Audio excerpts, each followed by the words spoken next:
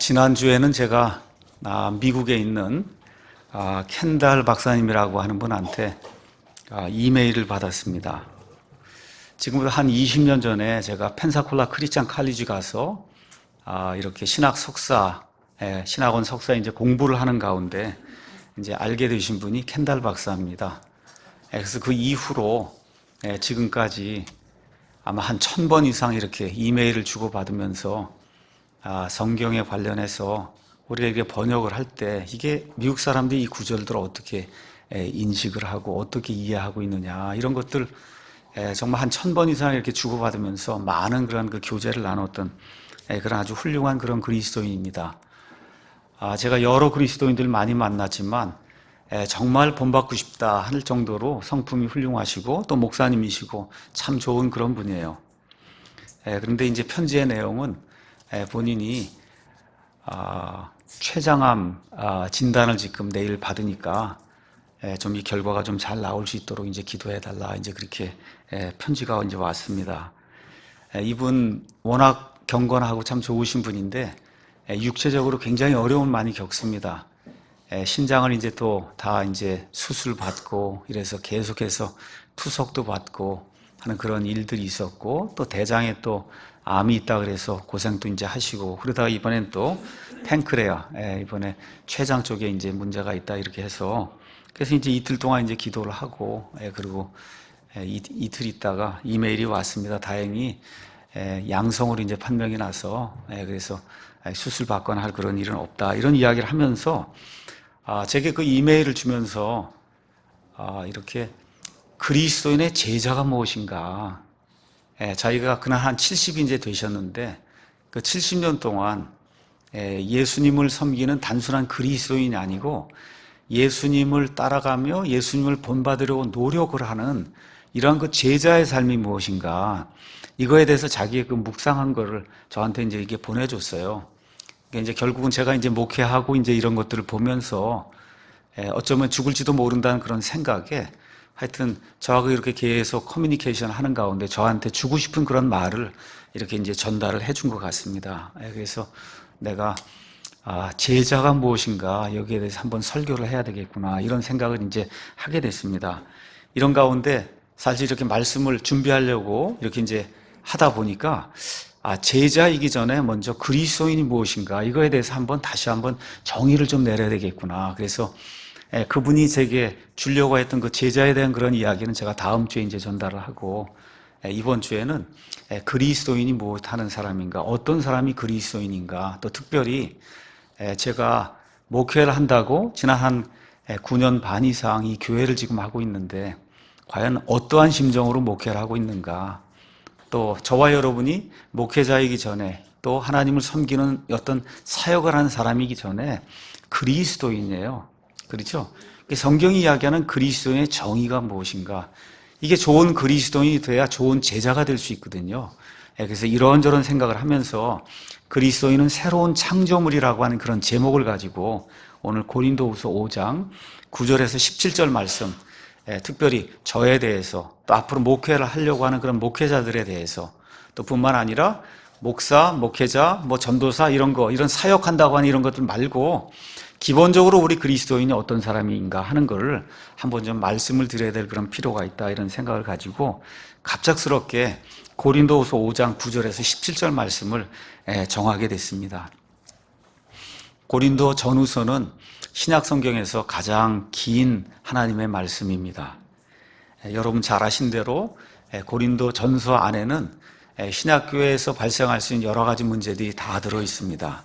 교회 안에서 생길 수 있는 분열, 또 교회 안에 믿는다고 하는 구원받은 성도들 가운데도 존재하는 음행과 간음, 또 결혼, 이혼 문제, 또 음식을 어떤 것을 먹어야 되는가 하는 음식 문제, 또 주님께서 우리에게 남겨주신 그 규례 중 하나, 주의 만찬을 어떻게 해야 될 것인가, 또 그 당시에 그 교회 안에 여러 가지 하나님의 선물, 은사라고 하는 것이 있었는데 특별히 방언의 은사라고 하는 것 때문에 많은 혼동이 생겼습니다. 그래서 방언과 대언에 대한 말씀, 또 고린도전서 15장 가서 보시면 어떻게 믿는 사람들이 부활에 대해서 이렇게 생각할 수 있을까 할 정도로 부활에 대해서 의심하는 그런 사람들이 생기고, 그래서 이런 사람들에 대해서 하나하나 하나님의 말씀을 전달하는 이런 내용이 이제 고린도 전서에 나와 있습니다. 이제 고린도 후서는 바울이 이제 고린도 전서를 이제 마감을 하면서 고린도전서 16장 5절에서 6절 가서 보면 이제 마케도니아를 지나서 고린도를 방문할 것이다, 이렇게 이제 기록이 되어 있습니다. 이렇게. 그런데 원래 계획은 그게 아니라 에베소가 이제 소아시아, 지금의 터키예요. 터키를 지나서 이렇게 넘어가면 지금의 그리스가 있는데, 그리스의 밑부분이 마케도니아고 그리스의 밑부분이 아가야입니다. 그래서 처음에는 이 터키 에베소에서 이쪽 고린도로 배를 타고 가려고 이렇게 했는데, 그게 아니라 계획이 이제는 걸어가지고 저쪽 마케도니아를 통해서 좀 밑으로 내려간다고 하는 이러한 그 계획을 밝히게 되니까, 고린도 교회 성도들 가운데 사도 바울을 의심을 하고 바울을 좋아하지 않는 그런 사람들이, 그곳에 있는 그 성도들이 이제 교란을 해서 정말 바울이 이렇게 왔다 갔다 한다는 거예요. 왜 이렇게 한다 그랬다 저렇게 하느냐, 이런 걸 보니까 바울은 사도가 아닌 것이 아니냐, 이렇게 하면서 사도직에 대한 의심을 하기 시작하는 사람이 생겼고, 이러다 보니까 사도 바울이 아주 근심하게 됐습니다. 그래서 고린도 후서는 내가 예수 그리스도의 사도라고 하는 것, 또 내가 지금까지 이룬 사역이 나의 어떤 그 사적인 명예, 아니면 어떤 욕망, 어떤 사적인 하여튼 무언가를 위해서 내가 이루려고 한 것이 아니었다, 이거에 대해서 말 그대로 진솔하게 자기의 마음을 표현한 것이 고린도 후서입니다. 그래서 사도 바울의 인간적인 연약함, 또 영적인 능력, 뜨거운 사랑, 또 바울도 사람이기 때문에 그 성도들에게 상처를 받았거든요. 그 상처받았을 때 목회자의 이런 상처받은 감정, 또 이들을 책망하는 거, 그런 가운데 자신을 낮추는 거, 연약한 자들 위해서 열정을 보이는 거, 또 그리스도 교회의 진보와 고린도 교회 지체들, 그렇게 자기를 반대하고 자기에게 악한 일을 하려고 하는 그런 사람들, 그들의 성장을 위해서, 그래도 그들을 위해서 기도하는 바울의 간절한 호소, 이런 것들이 아주 영어식으로 표현하면 리얼하게, 적나라하게 이렇게 잘 표현이 되어 있습니다. 그래서 제가 옛날에 고린도후서 이제 강해를 하면서 고린도후서는 특별히 목사를 위한 그러한 서신서다, 그래서 목사가 어떠한 사람인가를 이해하려면 고린도후서의 말씀을 잘 읽고 숙지해야 된다, 이렇게 이제 말씀을 드렸습니다. 또 특별히 목사뿐만 아니라 목사와 성도들과의 관계가 어떻게 돼야 되는가, 이것이 서로 이렇게 삐걱대기 시작하면 그러면 어떠한 일이 생기는가, 성도들은 어떻게 느끼고 그 다음에 목회자는 어떻게 느끼는가, 이러한 목회자와 성도들 간에 이런 유대관계, 이것에 금이 가게 될 때 생기는 그러한 감정의 변화, 이런 내용이 아주 리얼하게 이렇게 사도 바울의 펜을 통해서 이 안에 이제 기록이 되어 있습니다. 먼저 이제 배경을 잠깐 설명을 하겠습니다. 말씀드린 대로 고린도 이제 교회를 떠났습니다. 그 이후에 고린도 교회에 여러 가지 문제가 있다는 이야기를 듣고 고린도 이제 전서를 이제 기록을 했습니다. 근데 고린도 전서를 기록한 이후에 바울이 고린도를 이렇게 방문한다는 이런 계획이 바뀌게 되니까 그 고린도 교회 안에 바울을 대적하는 사람들이 일어나서 이 사람들이 바울이 우리 교회에 다시 한번 방문하려고 하면 추천서를 가져와야 된다. 여러분 고린도 후서 3장 1절 가서 보니까 우리가 우리 자신을 다시 추천하기 시작하겠느냐, 혹은 우리가 다른 사람들처럼 너희에게 추천하는 서신을 보내거나 너희로부터 추천하는 편지를 받을 필요가 있겠느냐. 과거에, 지금은 많이 이런 게 느슨해졌지만 초대교회에서는 어떤 사람이 어느 교회를 방문하게 될 때는 추천서를 가지고 갔어요. 이 사람이 정말 예수님 안에서 거듭난 다시 태어난 본어게인 크리스찬입니다. 그런 편지를 가지고 가야 그 교회에 가서 같이 예배드리고, 그런 편지를 가지고 가야 그 교회 성도들 중 누구가 집에서 묵을 수 있도록 방도 내어주고 이렇게 잠도 재워주고 하는 그런 일을 했단 말이에요. 그래서 지금 사도 바울 보고 그런 추천서를 가지고 오라는 거예요. 우리 고린도전서 4장 15절에 가서 보니까 사도 바울이 무엇라고 이제 이야기를 하느냐, 이렇게 이제 기록되어 있습니다. 그리스도 안에서 너에게 10,000명의 스승이 있다 해도 아버지는 많지 아니하니 그리스도 예수님 안에서 복음을 통하여 내가 너희를 낳았느니라. 고린도에 가서 고린도 교회를 누가 설립을 했어요? 사도 바울이 설립을 했잖아요. 그렇죠? 이렇게 한 사람 보고 추천서를 가져오라는 거예요. 그렇죠? 고린도 교회를 누가 세웠어요? 사도 바울이 세웠어요. 거기 있는 그 고린도 교회에 있는 모든 성도들 누가 예수님께로 인도해서 그래서 예수님을 믿는 그리스도인이 되게 했어요. 사도 바울이 되게 했잖아요. 그런데 그 사람들 중에 악한 자들이 일어나서 우리 교회 다시 오려고 하면 추천서를 갖고 와라. 당신이 진짜 믿는 사람인지 거듭난 사람인지 정말 좋은 그리스도인지 아닌지 그거를 누가 추천하는 글을 갖고 오라는 거예요. 여러분 이런 편지를 한번 여러분이 이건 쉽게 말씀드리면 여러분 아이들이 이제 낳는데 엄마 아빠가 방문하려고 하니까 진짜 엄마 아빠인지 그 확인하는 편지를 갖고 와라. 지금 그런 얘기 하는 거예요.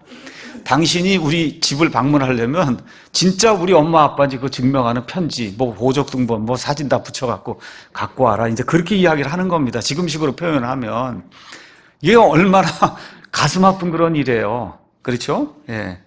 바울이 4장 5절에 이제 이렇게 이제 표현합니다. 우리는 우리 자신을 선포하지 아니하고 오직 주님이신 그리스도 예수님과 또 주님, 그 예수님 때문에 너희의 종된 우리 자신을 선포한다. 내가 너희 가운데서 주인 행세하려고 하지 않았다. 오직 우리의 주님이신 예수님을 선포했고 내가 예수님만 아니면 너희의 종이 될 이유가 없다는 거예요. 지금까지 너희를 섬겨온 그 종 노릇을 왜 했냐? 예수님 때문에 했다. 지금까지 권세 잡고 명예 누리고 너희에게 무언가를 갈취하고 하는 그런 일 내가 한 적이 없다. 지금 바울이 그렇게 이제 이야기하는 거예요. 이와 함께 4장 8절에서 12절 가서 보면 지금까지 너희 가운데서 또 다른 믿는 자들 가운데서 또 믿지 않는 자들 가운데서 내 사역 중에 드러난 고통과 고난이 뭐냐.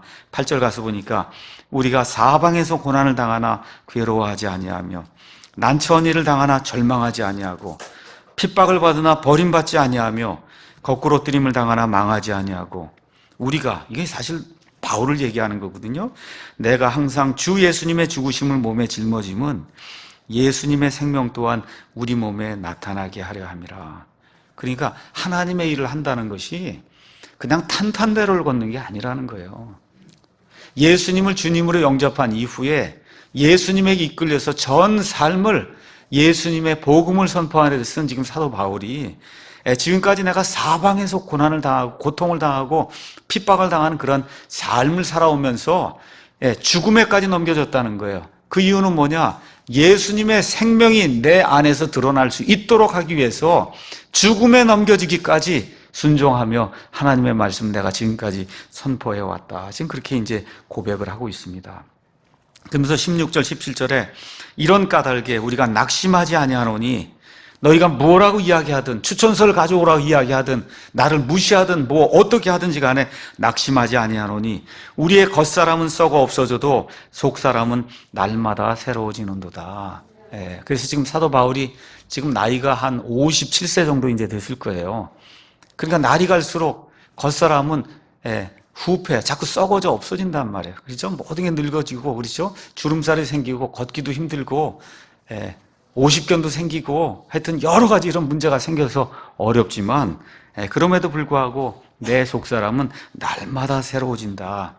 우리가 잠시 받는 가벼운 고난이 지금까지 한 25년 동안 하나님의 말씀을 선포하러 온 세상을 돌아다니면서 엄청난 고난을 당했는데 바울이 여기 뭐라고 그러냐면 잠시 받는 가벼운 고난이다. 제가 지난주에 한 책을 읽으면서 큰 쇼크를 좀 받았습니다. 그것은 뭐냐면 중국의 유명한 허드슨 테일러라고 하는 유명한 그런 그 침례교 선교사님이 있었어요. 그 중국에 지금부터 100년 전쯤에 지금 중국에 들어가서 말씀을 선포한다고 하니 말 그대로 그냥 미개한 그 야만인들 거기에 가고 지금 이거 전하는 거 아니에요? 얼마나 고생이 많았겠어요. 또 버마 뭐 이런 데서 엄청난 그런 고생을 많이 했어요. 근데 죽을 때 뭐라고 이 사람이 하나님 앞에 고백을 했냐? 나는 하나님께 아무것도 희생한 게 없습니다. 우리가 볼 때는 엄청난 희생이잖아요. 근데 뭐라 그래? 나는 기쁨으로 하나님의 일을 감당했지 나는 이 일을 희생이라고 생각한 적이 없다는 거예요. 죽을 때. 지금 바울이 지금 그 얘기를 하는 거예요. 저와 여러분도 그렇게 되기를 원합니다. 나도 그렇게 되기를 원해요. 내가 죽을 때 이 땅에 떠나면서 주님 죽도록 고생했습니다. 이게 아니고 기쁨으로 이 일을 했지 내 거를 내가 희생한다고 그렇게 생각하지 않았습니다. 예, 이렇게 하나님 앞에 고백하고 죽는 저와 여러분이 되면 좋을 것 같습니다. 우리가 잠시 받는 가벼운 고난이 우리를 위해 훨씬 더 뛰어나고 영원한 영광의 무거운 것을 이룬다. 이걸 내가 알기 때문에 너희가 무엇라고 이야기하든 내가 고민하지 않는다. 이제 그렇게 이야기를 하는 거예요. 이게 끝난 이후에 5장 1절에 왜 그러냐?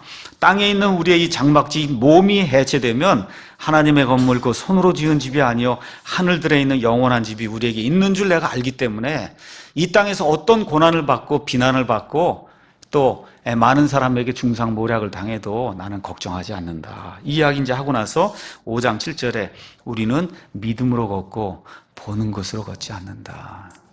너무 감사한 말이에요, 여러분. 우리는 믿음으로 걷고 보는 것으로 걷지 않는다. 자, 이 말씀 이제 하고 난 이후에 고린도후서 5장 9절에서 이제 17절 이제 말씀이 이제 나오는 겁니다. 이 말씀을 통해서 바울이 사역이라는 게 뭔가 또 사역을 감당하는 사역자가 뭔가 이게 꼭 목사만이 되는 게 아니에요. 목사도 될 수 있고 교회 여러 리더도 될 수 있고 교사도 될 수 있고 우리 교회 각종 섬김 부서를 맡아서 하는 모든 일들 모든 분들 또 뿐만 아니라 그런 일들을 감당하지 않아도 오늘 주일 아침에 이 시간을 쪼개서 이 앞에 나와서 하나님께 예배드린 거 이 자체가 섬김이거든요.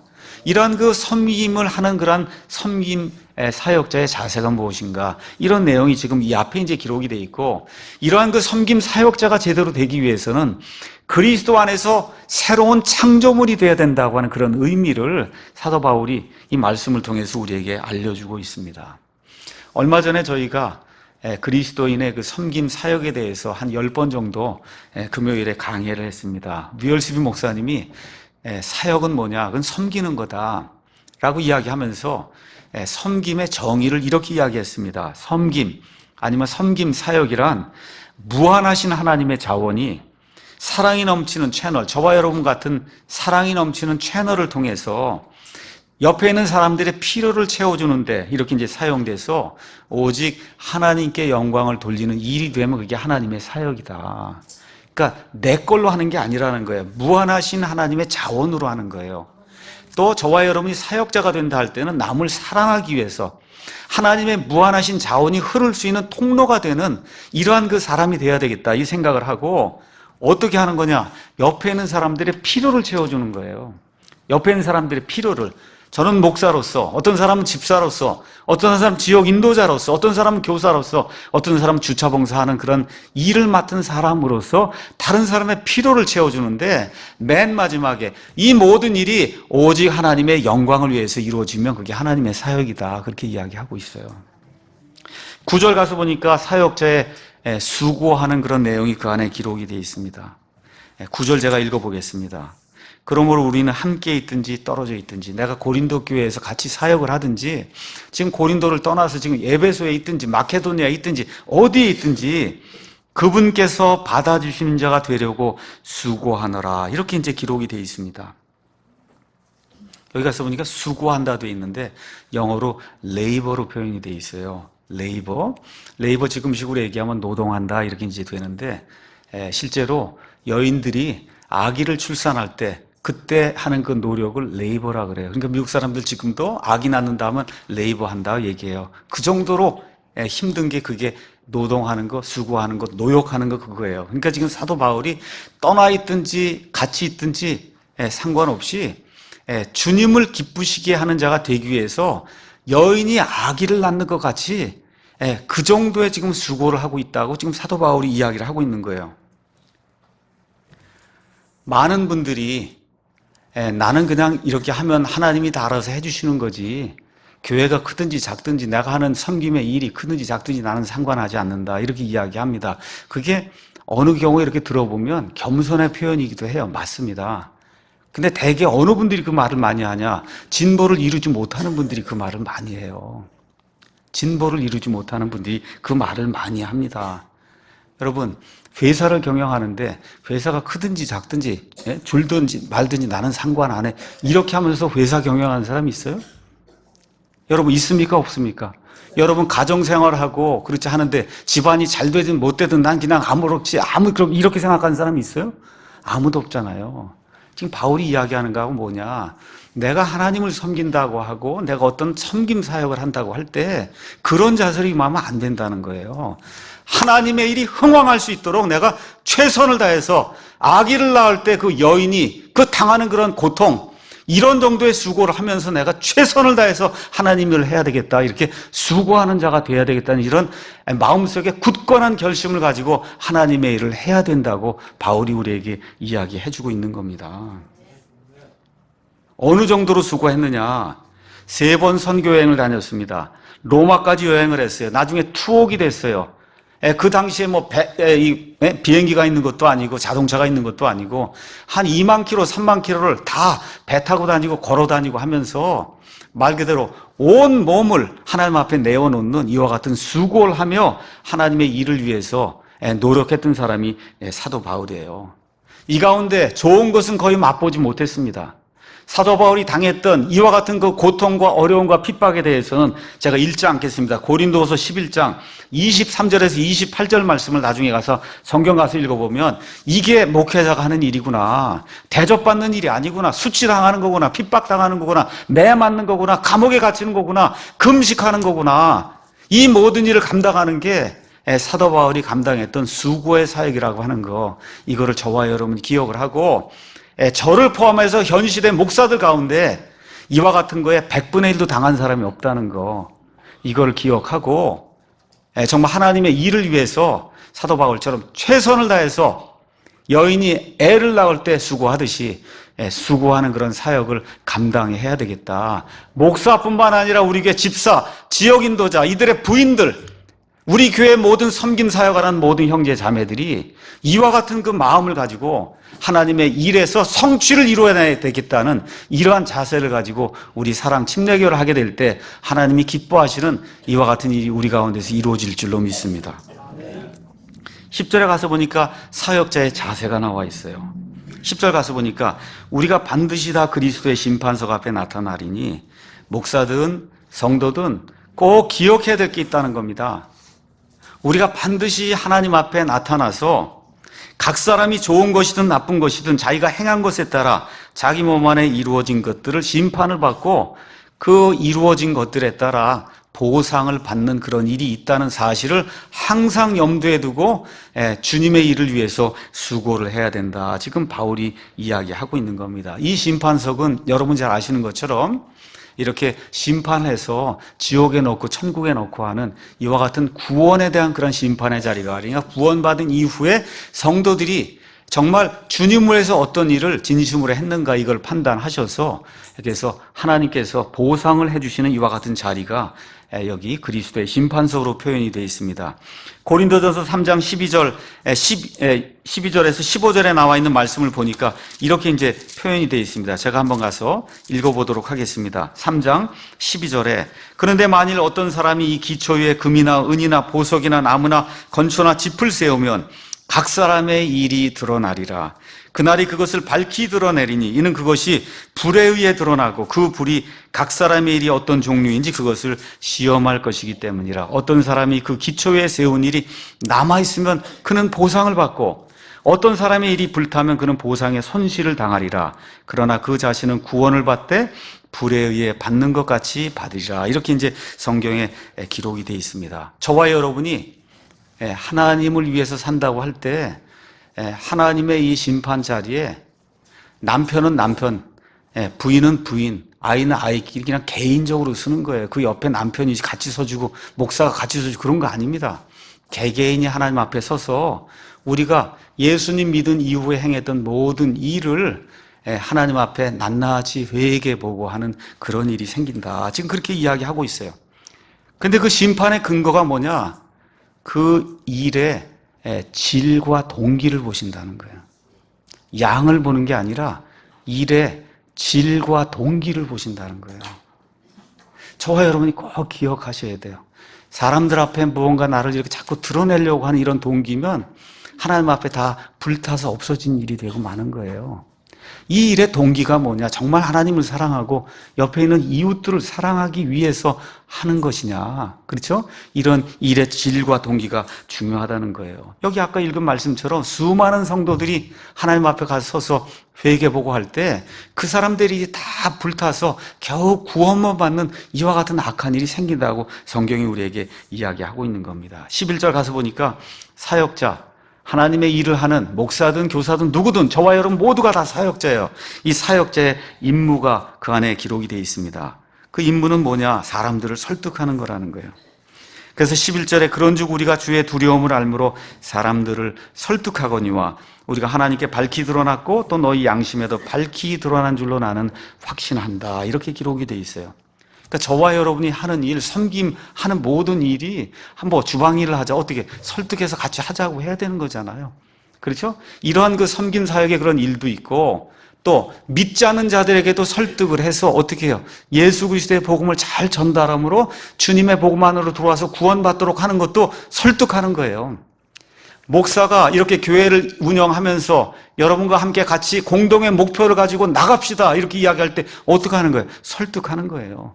그렇죠? 특별히 믿지 않는 자들에게는 어떤 일을 하냐? 20절 가서 보니까 하나님께서 우리를 통해 너에게 간청하시는 것 같이 이제 우리가 그리스도를 위한 대사가 되어 그리스도를 대신하여 너에게 간구하노니 너희는 하나님과 화해하라. 그래서 저와 여러분이 주변에 있는 자들에게 미디어 선교 활동을 통해서 하고 있는 일이 뭡니까? 하나님과 화해하는 그런 일을 해야 된다고 모든 사람들을 설득하는 그런 일을 하고 있다. 그렇게 사도 바울이 우리에게 알려주고 있어요.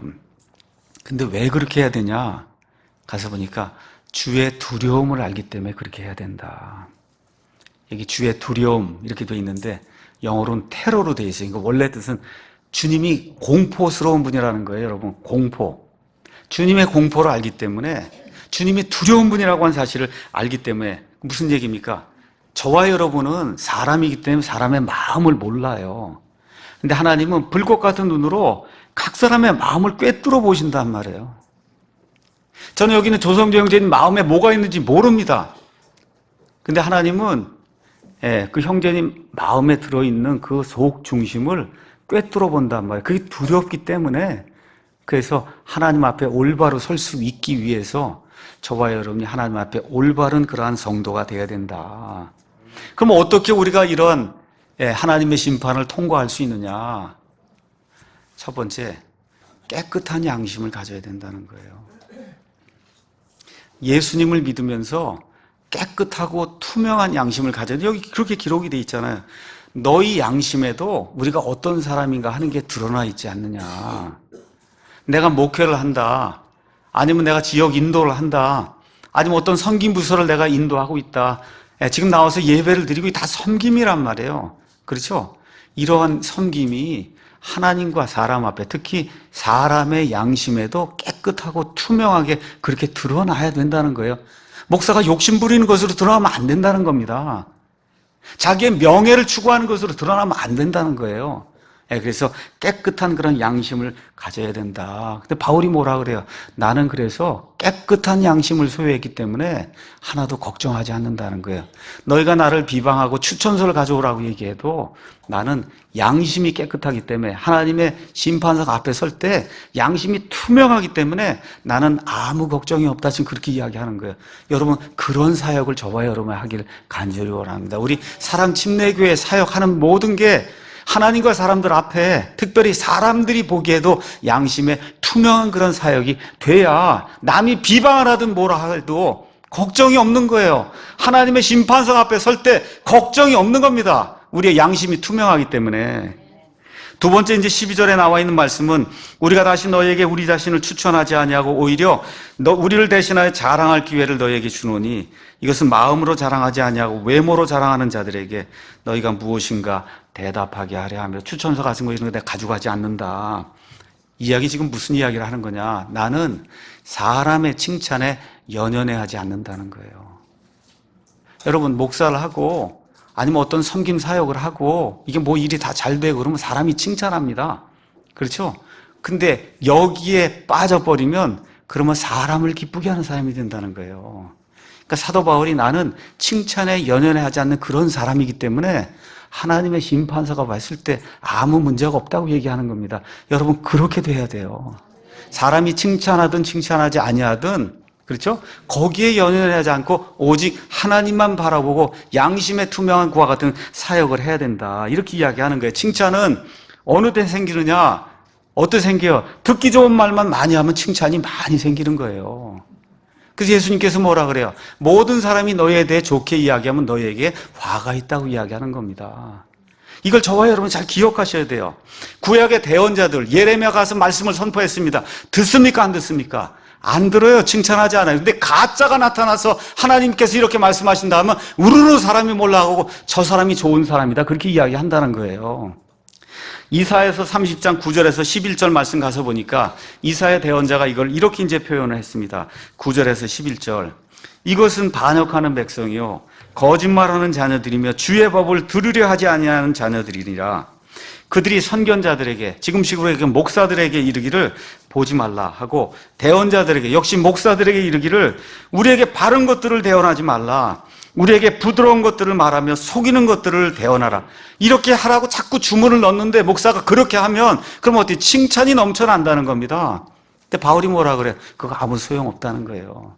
그런 칭찬에 연연해 하면서 목회하거나 그런 칭찬에 연연해 하면서 자기 어떤 섬김 사역을 하려고 하면 나중에 하나님의 심판 자리에 갔을 때 하나님께서 보실 때 그 한 모든 일이 불타서 아무것도 남지 않는다고 바울이 우리에게 이야기해 주는 거예요. 그 다음에 13절은 우리가 미쳤어도, 만일 미쳤어도 그것은 하나님을 향한 것이요 정신이 온전하여도 그것은 너희를 위한 것이다. 이렇게 이제 기록이 되어 있습니다. 이거를 다른 식으로 얘기하면 목사든 대언자든 아니면 섬김 사역을 하면서 이끌어가는 그런 인도자든 할 말을 하면 모함이 들어온다는 거예요. 바울 보고 뭐라 그래요? 미쳤다 그러는 거예요. 바울을 향해서 미쳤다고 얘기하는 거예요. 근데 바울이 이걸 되받아치면서 뭐라 그래요? 나는 하나님을 향해 미쳤다. 그렇게 얘기하는 거예요. 여러분, 하나님을 향해 미쳐보신 적 있으세요? 하나님을 향해 미쳐보신 적 있으시냐고. 그러니까 하나님의 일을 한다고 하면서 하나님 때문에 거기에 매진해서 완전히 식음을 전폐할 정도로 그렇게 미쳐보신 적이 있냐고. 지금 바울이 그렇게 얘기하는 거예요. 내가 미쳤어도 그건 하나님을 위한 거다. 하나님을 위해서 내가 미쳤고, 만일 내가 정신이 온전하면 그거는 너희를 위해서 온전한 거야. 이거 얼마나 멋있는 거예요. 그렇죠? 제 심정이 그러세요. 여러분, 저의 심정이 그런 심정이에요. 만일 내가 미쳐서도 하나님을 위한 거고, 만일 내가 정신이 온전해서 하나님의 말씀을 대언하면 여러분을 위해서 온전하게 하나님의 말씀을 대언하는 거예요. 그러니까 하나님의 사역을 한다고 할 때 목사가 꼭 아니더라도 무슨 사역을 한다고 할 때 비방이 생기고 모함이 생기고 여기 같으면 추천서 가져오라 그러고 막 이런 일이 생기잖아요. 그렇죠? 내가 하나님을 위해서 미쳤기 때문에 이런 일이 생기는 거구나. 그렇죠? 어떻게 해요? 온전한 정신을 가지고 이 사람들을 잘 섬겨야 되겠다. 이렇게 저와 여러분이 판단하면 하나님의 심판석 앞에 갔을 때 부끄러움이 없는 존재로 설 수 있다는 거예요. 바울이 지금 자신 있게 이야기를 하는 겁니다. 그래서 사역자는 하나님의 모든 계획을 하나님의 백성에게 알려주는 그런 사람이 돼야 되는 거예요. 사도행전 20장 26절에서 27절 가서 보니까 사도 바울이 에베소 교회 장로들을 불러다가 뭐라고 이야기합니까? 내가 너희 피에 대해서 아무 잘못이 없다는 거예요. 무죄하다. 왜 그러냐? 너희에게 필요한 모든 말을 하나도 빼지 않고 하나님의 모든 계획을 다 알려줬기 때문에 하나님의 심판 자리에 내가 선다 해도 너희 피에 대해서 나는 무죄하다. 그렇게 이야기하는 거예요. 이게 목회자가 해야 될 그런 일이고 또 이것이 섬김 사역을 해야 될 이와 같은 사역자가 감당해야 될 그런 일입니다. 자, 그럼 14절에 그럼 사역자의 마음가짐이 뭐냐? 사역자의 마음가짐. 왜 사역자가 이렇게 비난을 당하고 고통을 받고 핍박을 받으면서 이 일을 감당하느냐? 하나님만 바라보고 가서 보니까 그리스도의 사랑이 우리를 강권하기 때문이다. 이 강권이라고 되어 있는데 영어로는 constrain이라는 단어를 썼어요. 더 좋은 말은 강제한다는 거예요. 그러니까 바울이 안 하고 싶어도 그리스도의 사랑이나 끌고 가는 거예요. 이 성도들을 섬기고 하나님 앞에 올바른 자가 될 수 있도록 그리스도의 사랑이 사도 바울을 강제로 끌고 가기 때문에 내가 안 할 수 없다는 겁니다. 하나님의 모든 계획을 다 알릴 수밖에 없다고 지금 사도 바울이 이야기하고 있는 거예요. 그러면서 바울이 뭐라고 이야기하느냐? 우리가 이같이 판단하니 내 믿음은 이것이다. 그 믿음이 뭐냐? 한 사람, 예수 그리스도께서 모든 사람을 위해 죽었으면 모든 사람이 죽은 거다. 뭘 얘기하는 거예요? 모든 사람을 위한 예수님의 대신 속죄를 나는 믿는다. 이 세상 모든 사람이 죄에 대해서, 율법에 대해서 예수님께서 십자가에 죽으심으로 말미암아 모든 사람이 죽었다는 거예요. 그래서 예수님의 그 십자가의 은혜를 받아들인 그 사람이, 예수님 때문에 죄에 대해서 십자가에 죽은 그 사람이 예수님으로 말미암아 다시 살아나서, 그래서 새로운 사람으로 하나님을 섬기는 이와 같은 일이 생긴다고 나는 굳건하게 믿는다 하고 믿음의 고백을 지금 하고 있는 겁니다. 자, 이렇게 이제 되면서 15절에 사역자의 삶의 목적이 그 안에 이제 기록이 되어 있고, 이것이 곧 사역자뿐만 아니라 예수님을 내 개인의 구원자여 주님으로 영접한 모든 사람이 항상 머릿속에 기억하고 항상 이것을 중심으로 믿음 생활해야 될 그런 말씀이 15절에 나와 있습니다. 다 같이 한번 읽어보겠습니다. 그분께서 모든 사람을 위하여 죽으신 것은 살아있는 자들이 이제부터는 자기들 위하여 살지 아니하고 오직 자기들 위하여 죽었다가 다시 일어나신 분을 위하여 살게 하려 함이라. 제가 이거를 바꾸면 이렇습니다. 그분께서 나를 위하여 죽으신 것은 살아있는 내가 이제부터는 나를 위하여 살지 아니하고 오직 나를 위하여 죽었다가 다시 일어나신 분 예수님을 위하여 살게 하려 합니다. 이게 지금 바울의 고백이에요. 고린도 교회 성도들이 뭐라고 이야기하든 내가 지금 사는 삶은 나를 위해 사는 게 아니다. 나를 위해 죽었다가 다시 살아나신 분, 이게 그리스도의 복음이잖아요. 그렇죠?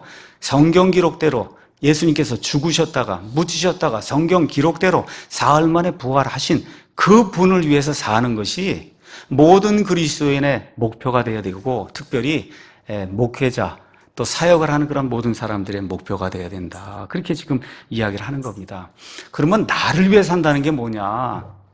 여러분 직장 생활 하시잖아요. 그거 다 나를 위해 사는 거 아닙니까? 맞죠? 그런 거는 그만두라는 거예요? 아니에요. 그게 나를 위해 산다고 하는 거, 이거는 요한일서 2장 16절에 있는 것처럼 육신의 정욕과 안목의 정욕과 인생의 자랑을 따라 사는 거, 이것이 나를 위해 사는 거다. 그러니까 여러분 지금부터 나가셔서 돈도 버셔야 돼요. 공부도 많이 하셔야 됩니다. 세상 나가서 명예도 얻을 수 있어요. 권세도 얻을 수 있습니다. 세상에 많은 리더십도 얻을 수 있어요. 그런데 그것만을 위해 살면 안 된다는 거예요. 그 모든 것이 내가 하나님의 청지기로서 하나님께서 내게 주신 것이기 때문에 내가 그걸 사용해서 하나님의 영광을 위해 살아야 되겠다는 이런 마음 자세를 가지면 내가 지금 누리고 있는 모든 것이 다 하나님의 것이고 하나님의 청지기로 내가 그 일을 감당하면 그것이 곧 하나님의 소명을 감당하는 그리스도인이라고 성경이 우리에게 이야기해 주는 겁니다. 그래서 우리가 가지고 있는 모든 것이 내게 맡겨진 거예요. 내가 청직이에요. 그 모든 것을 주님을 위해서 써야 된다는 겁니다. 여러분 아이들 있으시잖아요. 아이들도 엄밀한 의미에서 여러분의 아이들이 아니에요. 여러분에게 맡겨준 거예요. 하나님께서. 여러분이 하나님의 선한 청지기로 이 아이들도 하나님의 영광을 위해서 써야 되겠구나 이렇게 생각을 하고 아이들을 올바로 어려서부터 가르쳐야 될 그런 책무가 우리 그리스도인 부모들에게 있는 겁니다. 자, 이렇게 되면서 16절에 그리스도인은 변화를 받은 사람이다. 그렇게 이제 이야기를 하고 있습니다. 그러므로 이제부터는 우리가 아무도 육신을 따라 알지 아니하노니 참으로 우리가 그리스도를 육신을 따라 알았으나 이제부터는 그분을 더 이상 그같이 알지 아니하노라. 이렇게 이제 기록을 하고 있어요.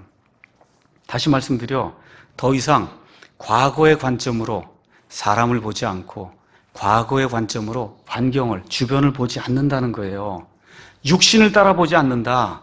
지금식으로 얘기하면 혈연, 지연, 그 다음에 학연 이런 거 어떻게 다 버린다는 거예요. 어떤 가치가 앞서기 때문에, 예수님의 가치가 앞서기 때문에 일을 할 때, 판단을 할 때, 무언가 할 때 혈연, 지연, 학연 이런 거 다 뒤로 물리고 이것이 하나님이 기뻐하느냐 기뻐하지 않느냐의 관점으로 판단하는 그런 사람이 된다는 거예요.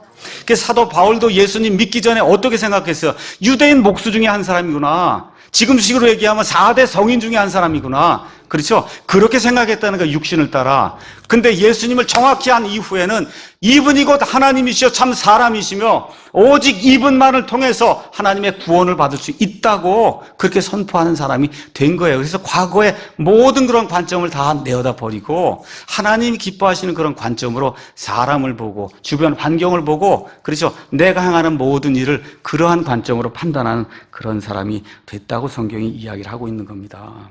그래서 17절에 그런즉 그렇기 때문에 그러므로 누구든지 그리스도 안에 있으면 그는 새로운 창조물이라 옛 것들은 지나갔으니 보라 모든 것이 새롭게 되었도다. 지금 그렇게 이야기하는 겁니다. 그러니까 그리스도 안에 있는 게 뭐예요? 그게 구원받은 거잖아요. 구원받으면 새로운 창조물이라고 이야기하는 거예요. 새로운 창조물. 그게 무슨 얘기예요? 하나님의 아들이 됐다는 거예요. 하나님의 본성에 참여하는 자가 됐다는 겁니다. 이미 된 거예요. 지금 육신은 있는 동안에 이 땅에 있기 때문에 죄성이 드러나고 죄를 짓는 거지, 하나님 보시기에 내 신분이 이미 하나님의 아들로 하나님의 왕좌 오른편에 앉아 있다고 에베소 2장이 우리에게 이야기하고 있는 거예요. 그러니까 이 창조를 개조하거나 개혁으로 생각하면 안 된다는 거예요. 창조는 무에서 유를 만들어내는 그런 행위가 창조예요.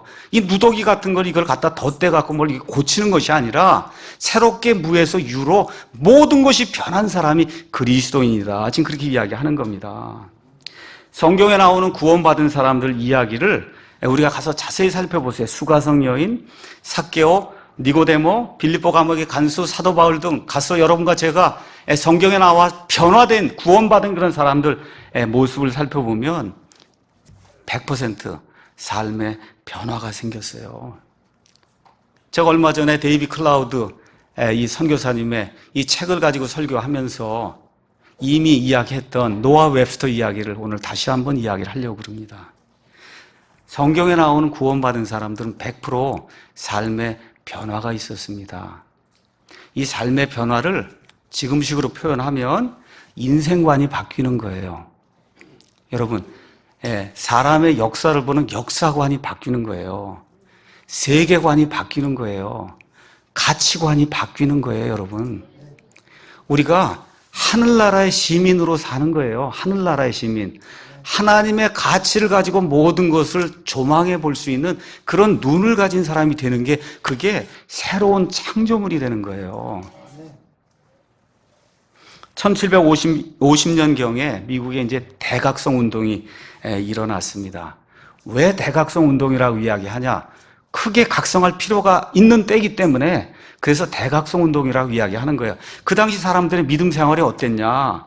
처음에 엄마 아버지가 청교도 돼서 메이플라워를 타고 들어와서 신앙의 자유를 추구하고 막 이렇게 할 때 뜨거웠습니다, 이게.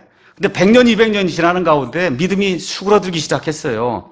그래서 침례받든지 세례받으면 교회 가면 구원받은 사람으로 사람들이 인정을 해주고, 교회 출석 열심히 하고, 지금 시기로 하면 11조 열심히 드리고 새벽기도 나가고 이렇게 하고, 선한 행위가 있으면 교회에서 저 사람 구원받은 사람이구나, 주의 만찬에 참여해야 되겠구나, 이런 식으로 믿음을 판단하던 그런 시대가 1750년경에 미국에 있었습니다.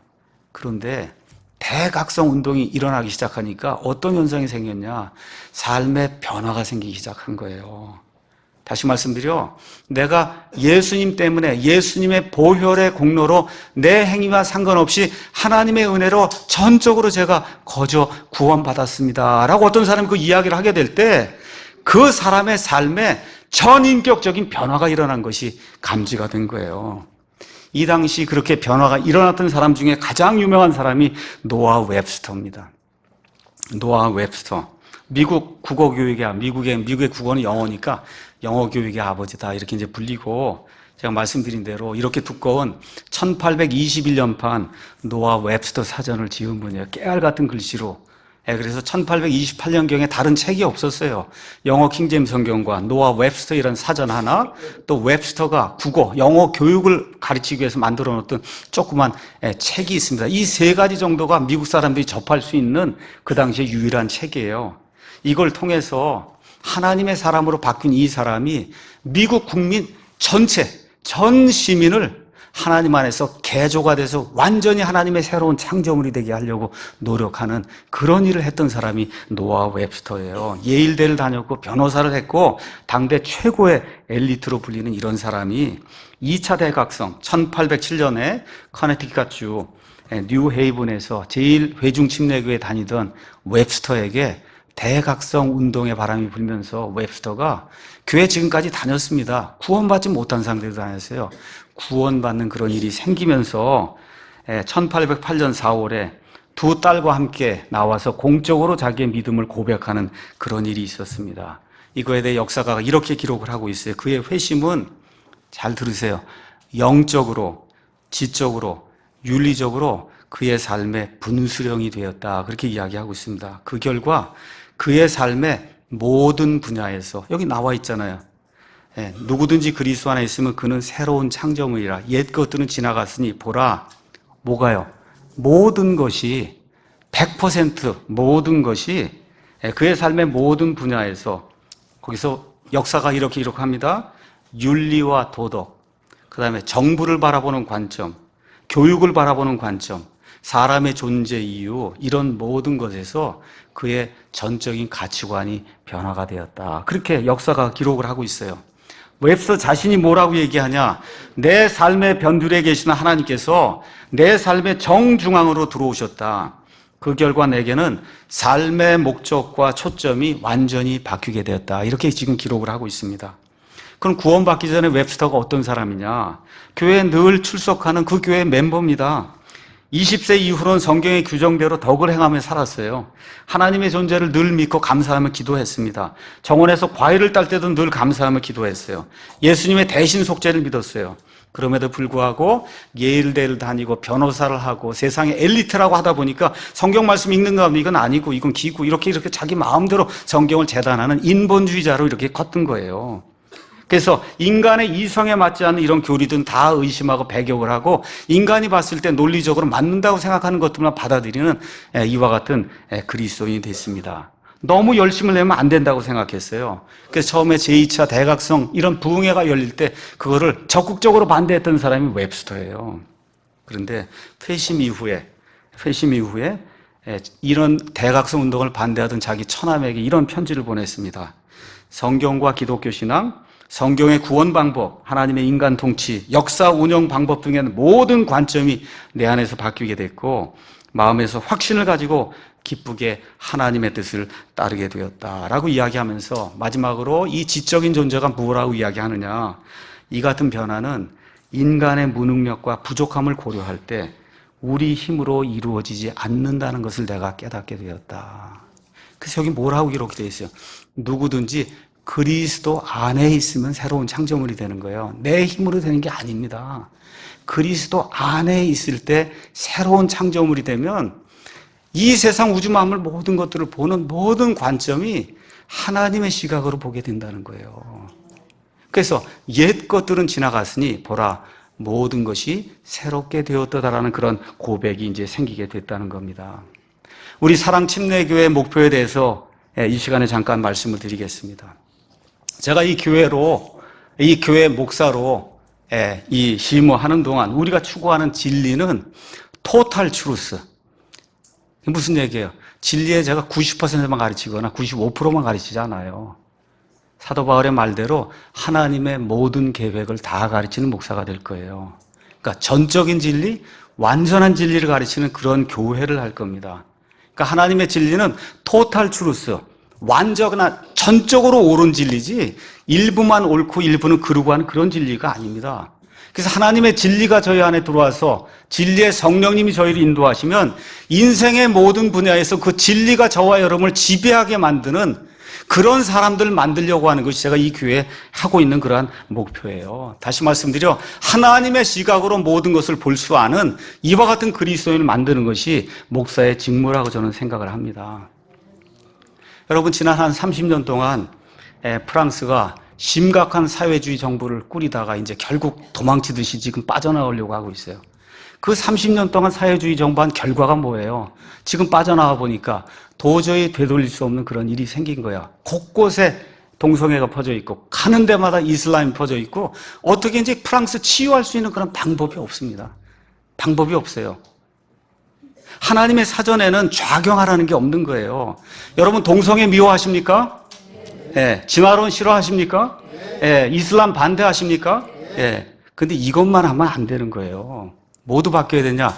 이념과 사상도 하나님이 기뻐하시는 쪽으로 바꾸셔야 돼요. 여러분과 제가 사는 삶이 신앙하고 둘이 따로 놀면 안 되는 거예요. 저와 여러분이 이 세상에 살고 있잖아요. 내가 가지고 있는 신앙이 내가 살고 있는 이 사회를 변혁을 시켜야 되는 거예요. 그게 종교개혁의 가치인 거예요.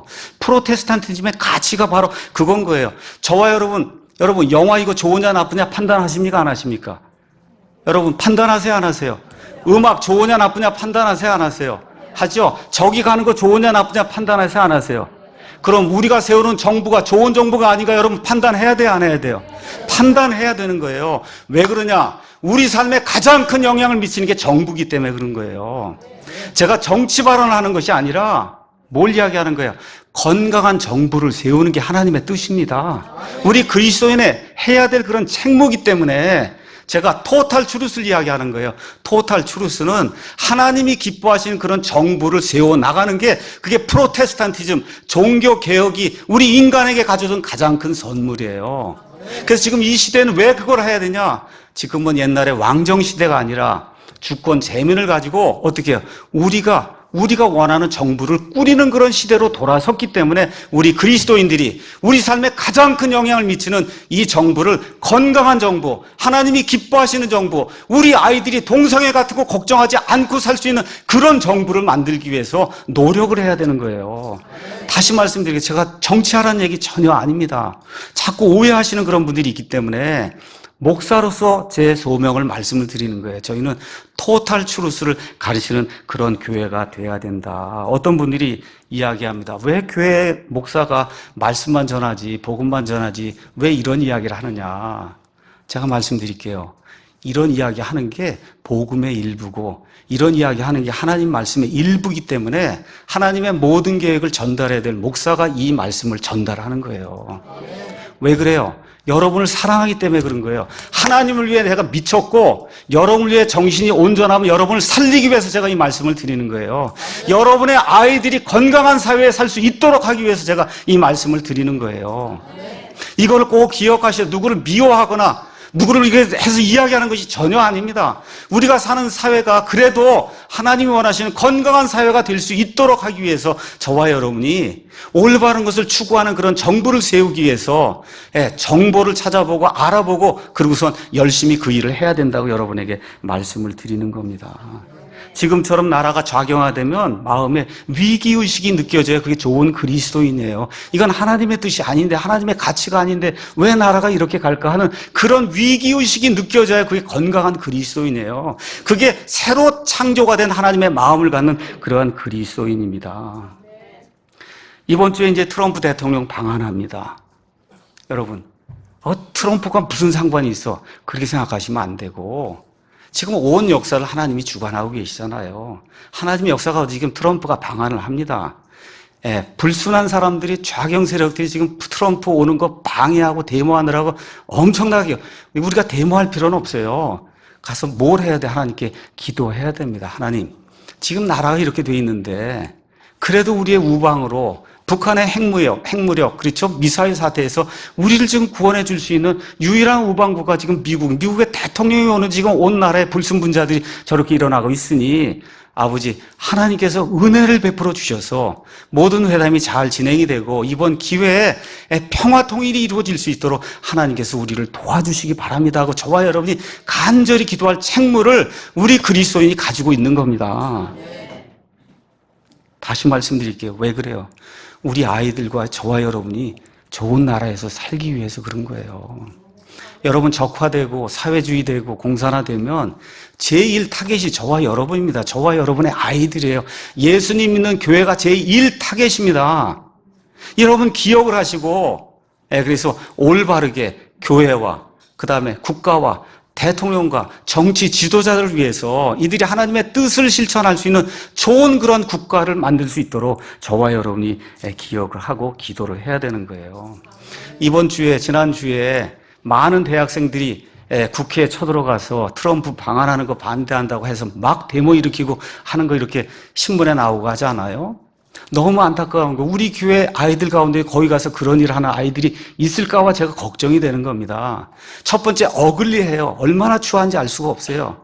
두 번째, 앵그리해요. 대한민국을 왜 이렇게 싫어하고 대한민국에 대해서 분노하는지 알 수가 없어요. 이 좋은 나라에 살면서. 그렇잖아요? 세 번째, 헝그리. 마르크스, 김정일, 이 주체 사상이 아주 헝그리, 배가 굶주려서 그 일을 지금 하고 있는 이런 사람들을 보고 우리 교회가 어떻게 해야 되겠어요? 같이 기도해야 되는 거예요. 전 몰라서 저런 사람들을 위해서 하나님 은혜를 베풀어 주시기 바랍니다. 이 나라에 긍휼을 베풀어 주시기 바랍니다 하고 저와 여러분이 알고 그리고 기도해야 되는 거예요. 하나님이 다 이루어 주시겠지. 맞습니다. 그런데 하나님이 아무것도 하지 않고 기도만 하면 뭐라 그럴 거예요? 인간의 책임을 해라 그러지 않겠어요?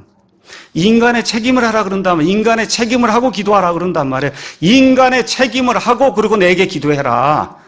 우리 그리스도의 책임이 뭐냐? 종교개혁 정신이 뭐냐? 새로운 창조물이 되었으면 하나님의 시각으로 모든 인간의 역사를 바라보고 하나님이 어떤 것을 원하시는가 이런 가치를 가지고 이 나라와 국가를 지키는 것이 그리스도의 가장 큰 책무라고 하는 사실을 저와 여러분이 꼭 기억하시면 좋겠습니다. 그래서 제가 이 교회 목사로 있는 한 이 교회는 하나님의 오른쪽의 가치를 아이들에게 알려주고 청년들에게 알려주고 우리 교사들도 아이들이 와서 물어보면 그러면 올바르게 대답을 해줘야 되는 겁니다.